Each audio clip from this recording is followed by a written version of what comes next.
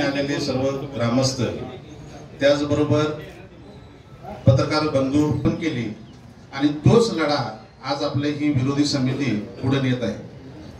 त्यानंतर आपली अवस्था काय होणार आहे, कारण पुण्यासारख्या शहराच्या आजूबाजूची जी काय हद्दवाढ झाली आणि काही लक्ष दिलं नाही आणि साध्या मूलभूत सुविधा पण मिळत नाही।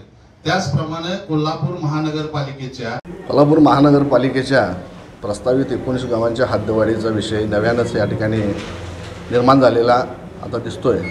आता आम्हाला असं कळतंय की या अधिवेशनाच्या काळामध्ये अधिसूचना काढून की हद्दवाढ ह्या ग्रामीण भागातील 19 गावावर लादायचा प्रयत्न शासनाचा किंवा लोकप्रतिनिधींचा चाललेला आहे।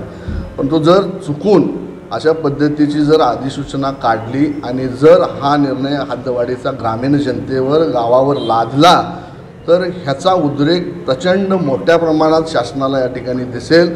जोपर्यंत या ग्रामीण भागातील जनतेला विश्वासात घेत नाही, त्यांचा विश्वास संपादन करत नाही, तोपर्यंत ही हद्दवाढ शासनानं कोणत्याही परिस्थितीत करू नये।